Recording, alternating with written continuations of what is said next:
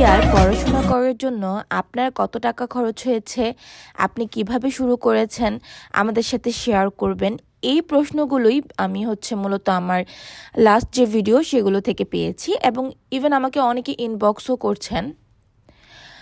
এখন সবথেকে বেশি যে কোয়েশ্চেনটা সেটা হচ্ছে কত টাকা আমার খরচ হয়েছে সাউথ কোরিয়াতে আসার জন্য। এই যে কস্টের বিষয়টা, এটা অনেক বেশি ট্রিকি একটা কোয়েশ্চেন আমার কাছে মনে হয়। খরচের সাথে কানেক্টেড থাকে first of all bank balance show করা, after that accommodation cost, admission cost, even paper যে আপনি প্রিপেয়ার করছেন সেগুলোর একটা কস্ট থাকে এবং আপনার পেপার রিলেটেড যে কাজগুলো হচ্ছে সেই কস্টটা কিন্তু নির্ভর করবে আপনি নিজে প্রসেসিং করছেন কিনা বা আপনি অন্য কোনো এজেন্সির হেল্প নিয়ে প্রসেসিং করছেন কিনা।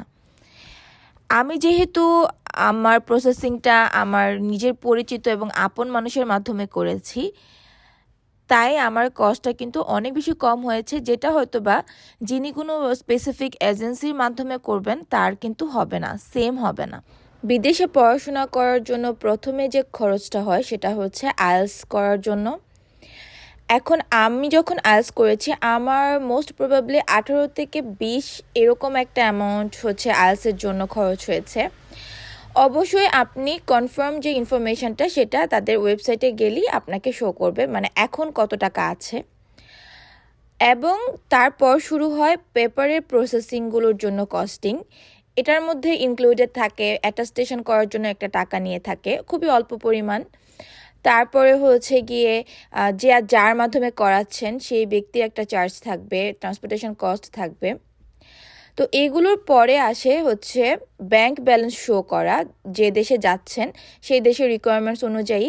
সাউথ কোরিয়াতে পোসান ন্যাশনাল ইউনিভার্সিটির ক্ষেত্রে আমাকে শো করতে হয়েছে মাস্টার্সের জন্য 18,000 ইউএসডি, হুইচ ওয়াজ 22 লাখ টাকার মতো ছিল তখন। তো আফটার দ্যাট আমাকে ইউনিভার্সিটিতে অ্যাডমিশনটা পেমেন্ট করতে হয়েছে, সেটা আমাকে পে করতে হয়েছে 1,30,000 থেকে 40,000 টাকার মতো। এবং আফটার দ্যাট আমার গিয়ে ভিসা প্রসেসিং শুরু হয়েছে। ভিসা প্রসেসিংয়ের জন্য আমার অ্যাম্বাসিতে খরচ হয়েছে আমার ভিসার জন্য 4,500 টাকা মনে হয় তারা চার্জ নিয়ে থাকে। এটাও কোনো চেঞ্জ আসলে আপনি অ্যাম্বাসির যে ওয়েবসাইট আছে সেখানে গেলেই পেয়ে যাবেন। আর সাউথ কোরিয়াতে আসার পর অ্যাকোমোডেশন বলেন, সেটার খরচ আমার হয়নি, কারণ আমার হাজব্যান্ড এখানে আগে থেকেই ছিল। তো আমাকে ডর্ম বা আলাদা বাসা ভাড়ার জন্য কোনো টাকা পেমেন্ট করতে হয়নি। এবং আমার এয়ার টিকিট তখন সময় ছিল 2023 সালে, প্রাইস ছিল 1 লাখ টাকার মতো।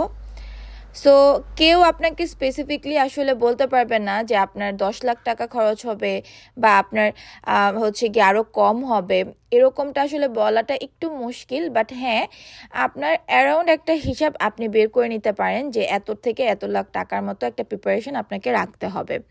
সবাই ভালো থাকবেন, আল্লাহ হাফেজ।